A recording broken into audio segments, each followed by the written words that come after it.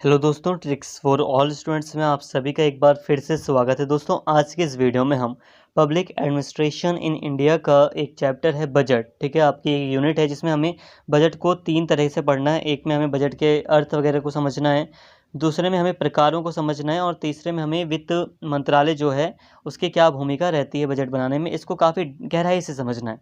तो ये first part काफ़ी ज़्यादा इंपॉर्टेंट है, इसमें हम बजट को समझ लेंगे और साथ ही बजट किस तरह से पारित वगैरह होता है, जो इंपॉर्टेंट चीज़ें हैं आपकी सिलेबस के अकॉर्डिंग, उन सभी को यहाँ पर कवर किया गया है इस वीडियो में। प्लीज़ आप यहाँ पर जो वीडियो आपको दी गई है आप उसको देख लें, आपकी सिलेबस के अकॉर्डिंग ही है। उम्मीद करता हूँ आप वीडियो पूरा देखेंगे। तो चलिए दोस्तों, बिना देरी किए अपनी वीडियो को शुरू करते हैं।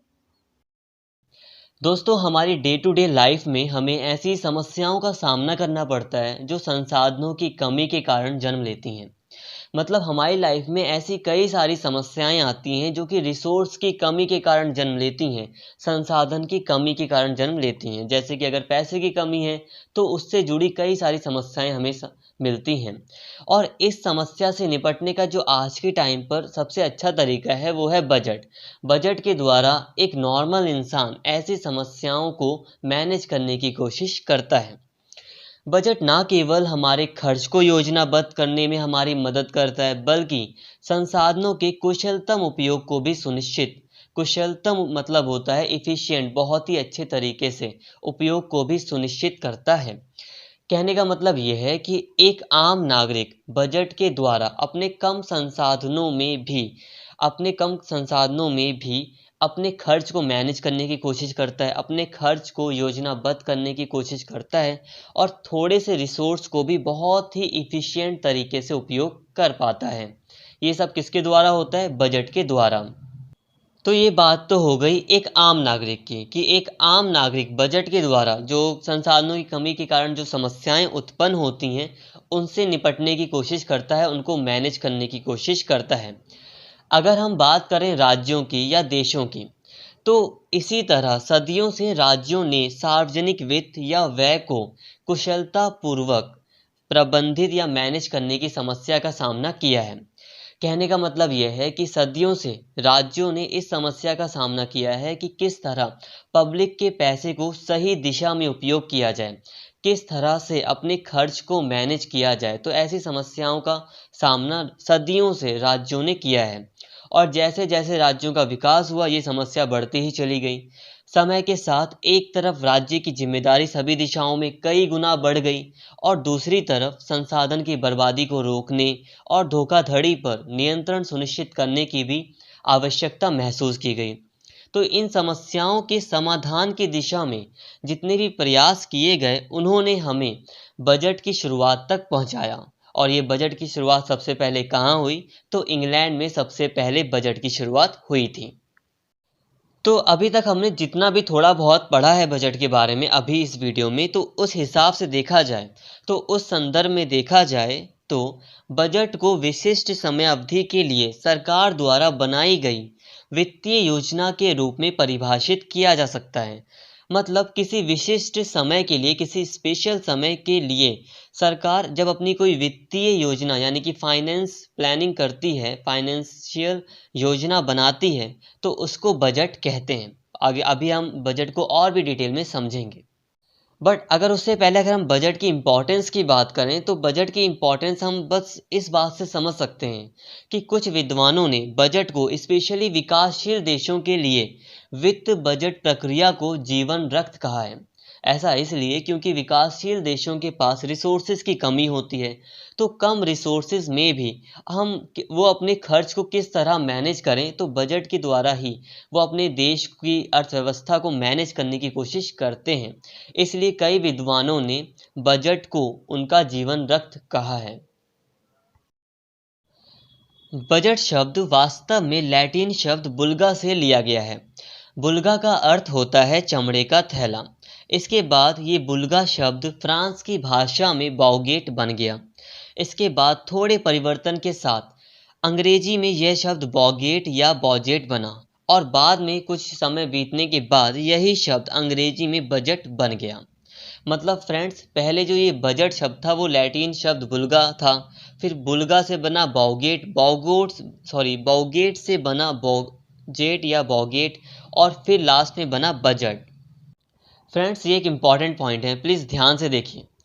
1773 में 1773 में बजट शब्द पहली बार ब्रिटिश संसद में इस्तेमाल किया गया था, जब उस समय के ब्रिटिश वित्त मंत्री सर रॉबर्ट वॉलपॉल ने आय व्यय विवरण प्रस्तुत किया था, और तब से इस शब्द का उपयोग पूरी दुनिया में सरकारी व्यय और आय के संदर्भ में किया जाता रहा है।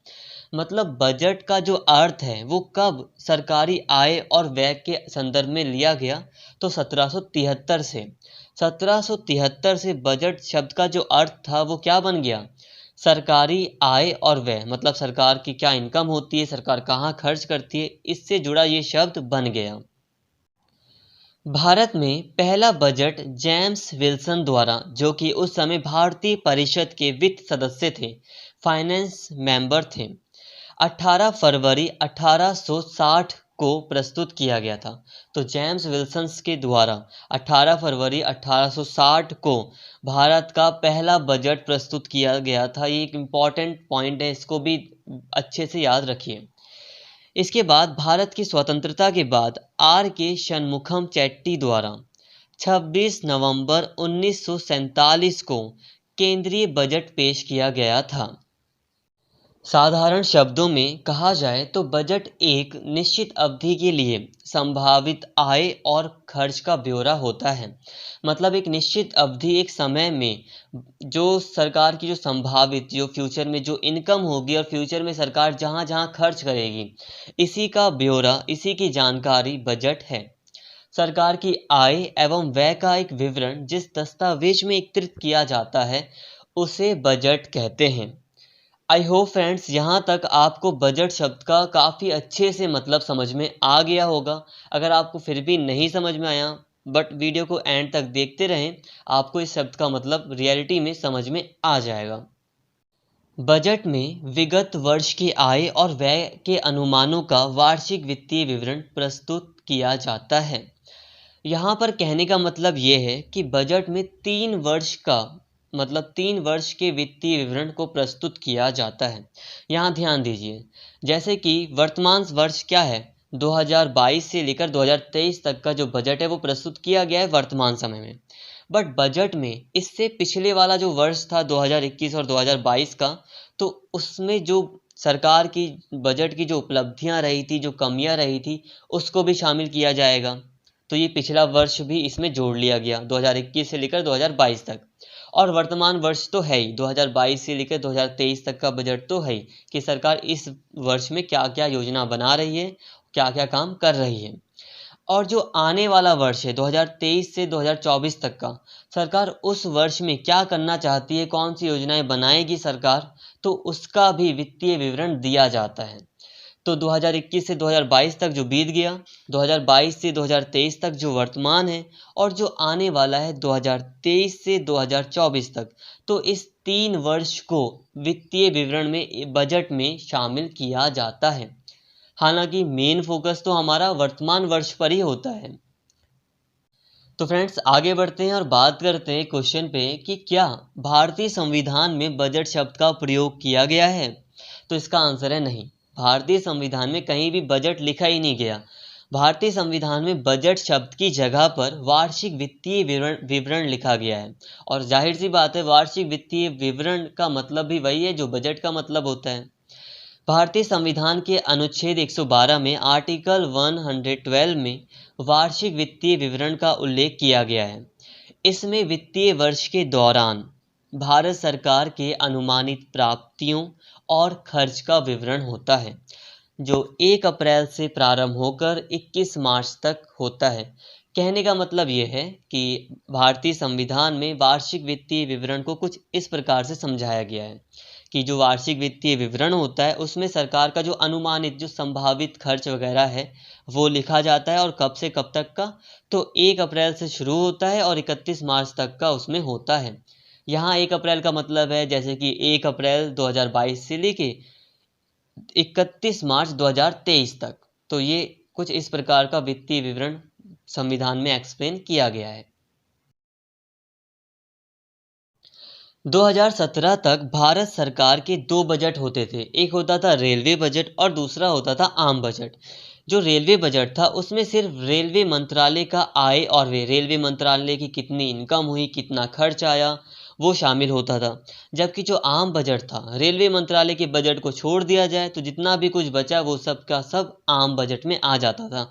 जितनी भी सरकार की इनकम थी, जितना भी सरकार का व्यय था, खर्च था, वो सब का सब आम बजट था। रेलवे बजट को आम बजट से एकवर्थ समिति रिपोर्ट 1921 की सिफारिश पर 1924 में पृथक किया गया था। फ्रेंड्स, अभी जितना भी हम पढ़ रहे हैं उसमें कुछ इंपॉर्टेंट पॉइंट्स आ रहे हैं, उनको आप नोट करते रहिए। जैसे कि एकवर्थ समिति, हो सकता है जो लोग कॉम्पिटिटिव एग्जाम की तैयारी कर रहे हैं, यूपीएससी लेवल तक की तैयारी कर रहे हैं, उनके लिए ये इंपॉर्टेंट है। प्रीलिम्स में ऐसे क्वेश्चन आ सकते हैं। तो जैसा कि हम जानते हैं कि जो ब्रिटेन की जो गवर्नमेंट थी, मतलब कॉलोनियल टाइम पर भारत में जो ब्रिटेन की गवर्नमेंट थी, ब्रिटिश हुकूमत थी, वो भारत को ज़्यादा से ज़्यादा लूटना चाहती थी, भारत के गांव-गांव तक पहुंचना चाहती थी ताकि भारत को अच्छे से लूटा जा सके। इस कारण से उनका मेन फोकस था रेलवे का विकास। तो रेलवे का विकास करने के लिए उन्होंने रेलवे को अलग कर दिया, रेलवे मंत्रालय के बजट को पूरी तरह अलग कर दिया गया था। बट फिर भी आज़ादी के बहुत ही लंबे समय बाद 2017 में इसको एक किया गया, मतलब रेलवे बजट और आम बजट को 2017 में अब एक कर दिया गया। भारतीय संविधान के अनुच्छेद 77 के अनुसार 77 के अनुसार बजट के संबंध में प्रमुख जिम्मेदारी केंद्रीय वित्त मंत्रालय द्वारा पूरी की जाती है। तो फ्रेंड्स, आइए अब आगे बढ़ते हैं और बात करते हैं भारत की बजटीय प्रक्रिया की। तो सबसे पहले अगर हम बात करें तो सबसे पहले कौन सा काम किया जाता है? सबसे पहले बजट तैयार किया जाता है। अगर हम बजट पढ़ रहे हैं तो सबसे पहला काम कौन सा किया जाएगा? सबसे पहला काम यही किया जाएगा कि बजट तैयार किया जाएगा। बजट तैयार करने की प्रक्रिया में 4 संस्थाएं भाग लेती हैं: वित्त मंत्रालय, सामान्य प्रशासन मंत्रालय, नीति आयोग और नियंत्रक एवं महालेखा परीक्षक। देखिए फ्रेंड्स, वैसे तो मेन काम तो वित्त मंत्रालय का ही है, फिर भी अन्य मंत्रालयों की भी सलाह ली जाती है। जैसे कि प्रशासनिक ज्ञान की आवश्यकता होती है वित्त मंत्रालय को, इसलिए प्रशासन मंत्रालय का मतलब मंत्रालय की सहायता ली जाती है। प्रत्येक वर्ष बजट की तैयारी जो होती है वो सितंबर में के महीने के आसपास तब शुरू होती है। प्रत्येक वर्ष बजट की तैयारी सितंबर महीने के आसपास तब शुरू होती है जब केंद्रीय वित्त मंत्रालय के आर्थिक मामलों का विभाग विभिन्न विभागों को एक परिपत्र जारी करता है, जिसमें उनसे एक ढांचागत प्रारूप में अपने खर्च अनुमान के बारे में जानकारी प्रस्तुत करने का अनुरोध किया जाता है। फ्रेंड्स, जितने भी मंत्रालय होते हैं उनके अंदर कई सारे विभाग होते हैं। तो जो वित्त मंत्रालय है, वित्त मंत्रालय का जो आर्थिक मामलों का जो विभाग है, वो अन्य सभी विभागों को एक लेटर जारी करता है, जिसमें वो सबसे कहता है कि आपका जो जो खर्च होने वाला है अगले साल, उसका एक मुझे स्ट्रक्चर बनाकर दे दो, लगभग आपका कितना खर्च होगा उसका प्रारूप या ड्राफ्ट बनाकर मुझे दे दो, ताकि हम बजट बना सकें। और इसी के साथ बजट बनाने की प्रक्रिया शुरू हो जाती है। और जब बजट जब बनकर पूरी तरह तैयार हो जाता है तो अब इसकी संसद में कई सारी प्रक्रियाएं चलती हैं। तो संसद में बजट की जो सबसे पहली जो प्रक्रिया होती है वो होता है बजट का प्रस्तुतिकरण। बजट को प्रेजेंट किया जाता है संसद में। पहले ये जो बजट को प्रेजेंट किया जाता था वो फरवरी के अंतिम दिन, फरवरी के मतलब 28 फरवरी हो गई, 29 फरवरी हो गई, तो इस दिन बजट को पेश किया जाता था। बट बजट बनाने में बजट को पास कराने में बहुत टाइम लग जाता था। इस वजह से अब से 2017 से 1 फरवरी के आसपास ही बजट को लगभग प्रस्तुत किया जाता है संसद में। वित्त मंत्री जब बजट को संसद में पेश करते हैं तो वो एक भाषण देते हैं। उस भाषण को बजट भाषण भी कहा जाता है। और जिस दिन बजट को प्रस्तुत किया जाता है, प्रेजेंट किया जाता है, उस दिन बजट पर कोई भी चर्चा नहीं होती है। और एक बात यहाँ पर ध्यान देने वाली ये है कि बजट को सबसे पहले लोकसभा में ही प्रेजेंट किया जाता है, प्रस्तुत किया जाता है। उसके बाद राज्यसभा में बजट को भेजा जाता है। बजट के प्रस्तुतिकरण के बाद 3 से 4 दिन तक, लगभग 3 से 4 दिन तक संसद में बजट को लेकर एक आम चर्चा होती है, जनरल डिस्कशन होता है। इसमें कुछ प्रश्न भी उठाए जाते हैं जिसका आंसर वित्त मंत्री दे सकते हैं।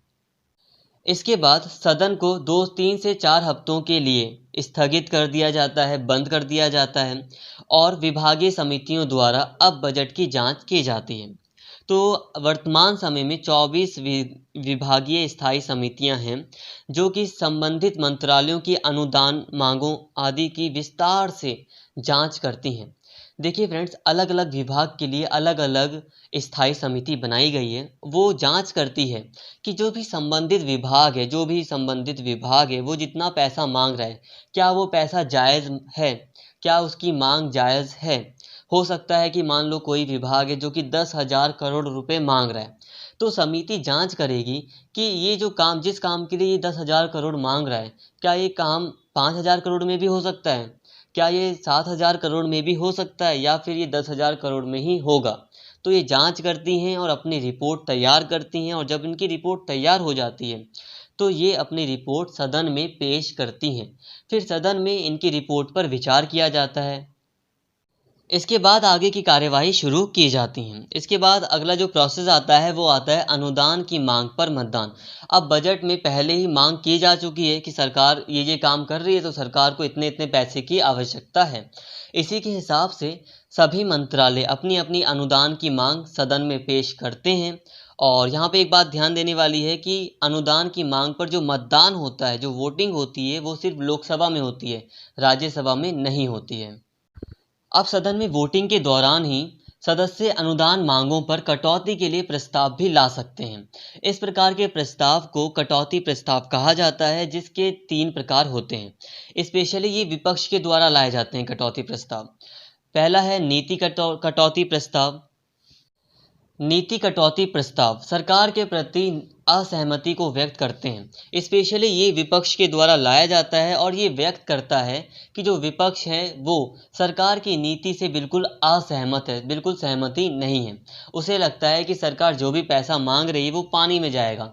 जैसे कि मान लो सरकार का एक मंत्रालय है जो 10,000 करोड़ या 15,000 करोड़ रुपए मांग रहा है, तो जो विपक्ष है वो इससे नाखुश है, वो इससे असहमत है। ना केवल विपक्ष, मान लीजिए कोई भी सांसद है जो इससे असहमत है, तो वो नीति कटौती प्रस्ताव ला सकता है। और नीति कटौती प्रस्ताव में ये कहा जाता है कि जो मांग की राशि है, मान लो 10,000 करोड़ रुपए मांगे गए हैं, तो अब उसको 1 रुपये कर दिया जाए, सारा पैसा काट लिया जाए और उसको 1 रुपये दिया जाए। इसके बाद दूसरा है आर्थिक कटौती प्रस्ताव। आर्थिक कटौती प्रस्ताव में एक निश्चित कमी की मांग की जाती है। जैसे कि सरकार ने 10,000 करोड़ रुपए मांगे हैं, तो इस कटौती प्रस्ताव में कहा जाता है कि 2,000 करोड़ रुपए कम कर दिए जाएं और सरकार को मात्र 8,000 करोड़ रुपए दिए जाएं। तो इसमें इस तरह एक निश्चित कमी की मांग की जाती है। इसके बाद तीसरा कटौती प्रस्ताव है वो है सांकेतिक कटौती प्रस्ताव। यह भारत सरकार के किसी दायित्व से संबंधित होता है। इसमें कहा जाता है कि जो मांग है उससे 100 रुपये, उसमें 100 रुपये की कमी की जाए। मतलब जितना भी, मान लो 10,000 करोड़ रुपए मांगे गए हैं सरकार की तरफ से, तो उसमें 100 रुपये कम कर लिए जाएं और सरकार को सारा पैसा दे दिया जाए। इसमें मात्र प्रतीक के रूप में, सांकेतिक रूप से कटौती की जाती है। वैसे फ्रेंड्स, अगर पर्सनली कहा जाए तो ये कटौती प्रस्ताव कभी भी सक्सेसफुल नहीं हो पाते हैं। अगर ये कटौती प्रस्ताव पारित हो जाएं तो इसका मतलब क्या है? इसका मतलब तो यही है कि सरकार बहुमत में ही नहीं है, और जब सरकार बहुमत में नहीं है तो विपक्ष तुरंत अविश्वास प्रस्ताव लाएगा सदन में और फिर सरकार गिर सकती है। तो अनुदान की मांगों पर मतदान हो जाते हैं, पक्ष में ही होते हैं ज़्यादातर, तो अनुदान की मांगों पर मतदान हो जाते हैं। मतलब सब कुछ हो गया, आम चर्चा भी हो गई, बजट प्रस्तुत भी हो गया और समितियों ने भी जांच कर ली, अपनी रिपोर्ट बना ली और मतदान भी हो गया। अब तो सरकार को पैसा चाहिए। अब मतदान हो गया, बट सरकार को पैसा कैसे मिलेगा? तो संविधान में साफ साफ कहा गया है कि अगर संविधान में ये साफ साफ व्यवस्था की गई है कि भारत की संचित निधि से, भारत के कंसोलिडेटेड फंड से विधि सम्मत विनियोग के सिवाय धन की निकासी नहीं होगी। मतलब आपको एक प्रोसीजर के तहत ही आप पैसा निकाल सकते हो। तो इसी कारण से भारत की निधि से विनियोग के लिए, मतलब पैसा निकालने के लिए सरकार विनियोग विधेयक सदन में पुरस्थापित यानी कि इंट्रोड्यूस करती है, लाती है। इस विधेयक में सरकार साफ साफ लिख देती है कि जो भी अनुदान मांगे गए थे मंत्रालयों के द्वारा, मतलब इस मंत्रालय ने इतने रुपए मांगे, इस मंत्रालय ने इतने रुपए मांगे, हमें ये सारा का सारा पैसा निकालना है, तो वो उस विनियोग विधेयक में लिख दिया जाता है।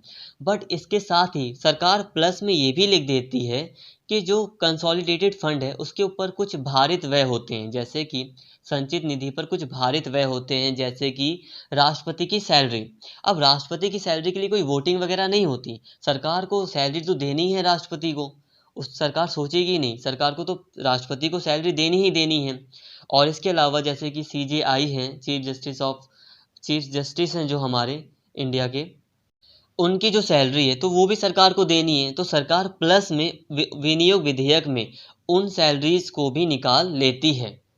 विनियोग विधेयक एक धन विधेयक की तरह ही व्यवहार करता है, मतलब विनियोग विधेयक एक धन विधेयक ही होता है, जिस कारण से राज्यसभा को विनियोग विधेयक से संबंधित बहुत ही कम अधिकार प्राप्त हैं। वो मात्र 14 दिन तक ही विनियोग विधेयक को अपने पास रोक कर रख सकती है। तो इस प्रकार विनियोग विधेयक आसानी से पारित हो जाता है और सरकार को पैसा मिल जाता है। बट एक अंतिम प्रोसेस क्या है, अंतिम प्रक्रिया ये है कि वित्त विधेयक भी सरकार को पारित करना पड़ता है। अब वित्त विधेयक का क्या रोल है? वित्त विधेयक को सरकार को इसलिए पारित करना पड़ता है कि सरकार ने बजट में जो नए नए टैक्स वगैरह लगाए हैं या जो टैक्स में कटौती करी है उसको भी तो लागू करना है, जो नियम बनाए हैं बजट में उनको भी तो लागू करना है। तो सरकार उनको लागू करने के लिए वित्त विधेयक को पारित करती है। अब वित्त विधेयक से संबंधित एक प्रावधान ये किया गया है संविधान में कि 75 दिनों के अंदर वित्त विधेयक भी पारित हो जाना चाहिए। तो फ्रेंड्स, यहाँ तक हमने एक पूरे बजट के प्रोसेस को देख लिया कि किस तरह से बजट बनाया जाता है और किस तरह बजट बनकर तैयार होता है और लागू होता है। यहाँ पर एक पॉइंट हमने अभी छोड़ दिया था, बट अभी हम उसको समझ लेते हैं। जैसे कि सरकार के पास तो बस 31 मार्च तक का ही पैसा होता है, और जो ये बजट की प्रक्रिया है ये बहुत लंबी प्रक्रिया है, कई बार ये अप्रैल तक चली जाती है। तो इसके लिए एक प्रावधान किया है संविधान में जिसे लेखानुदान के नाम से जाना जाता है। अब ये लेखानुदान क्या है? अब संसद में बजट पर जब आम बहस हो जाती है, जो दूसरा प्रोसेस था संसद में कि आम बहस का जब एक जनरल डिस्कशन हो जाता है, तो उसके बाद सरकार ने सरकार ने जितना भी पैसे की मांग की है बजट में, उसका 1/6 मतलब 1/6 पैसा सरकार को दे दिया जाता है आम बहस के तुरंत बाद ही। उसे ही लेखानुदान कहा जाता है, ताकि सरकार ये जो पैसा होता है वो 2 महीने तक का माना जाता है, और ताकि सरकार आगे के अपने खर्च को चला सके, इसके लिए ये प्रावधान किया गया है। तो फ्रेंड्स, आई होप यहाँ तक आपको अच्छे से समझ में आ गया होगा। अब हमें बात करनी है बजट के प्रकारों की। इस टॉपिक को मैं अगली वीडियो में जल्द ही कवर कर दूंगा, तो प्लीज़ उस वीडियो को भी ज़रूर देख लें ताकि ये चैप्टर आपका पूरी तरह कंप्लीट हो सके। फ्रेंड्स, अगर आपको वीडियो अच्छी लगी हो तो प्लीज़ चैनल को सब्सक्राइब कर लें और इस वीडियो को ज़्यादा से ज़्यादा शेयर करें और लाइक करें। Thank you.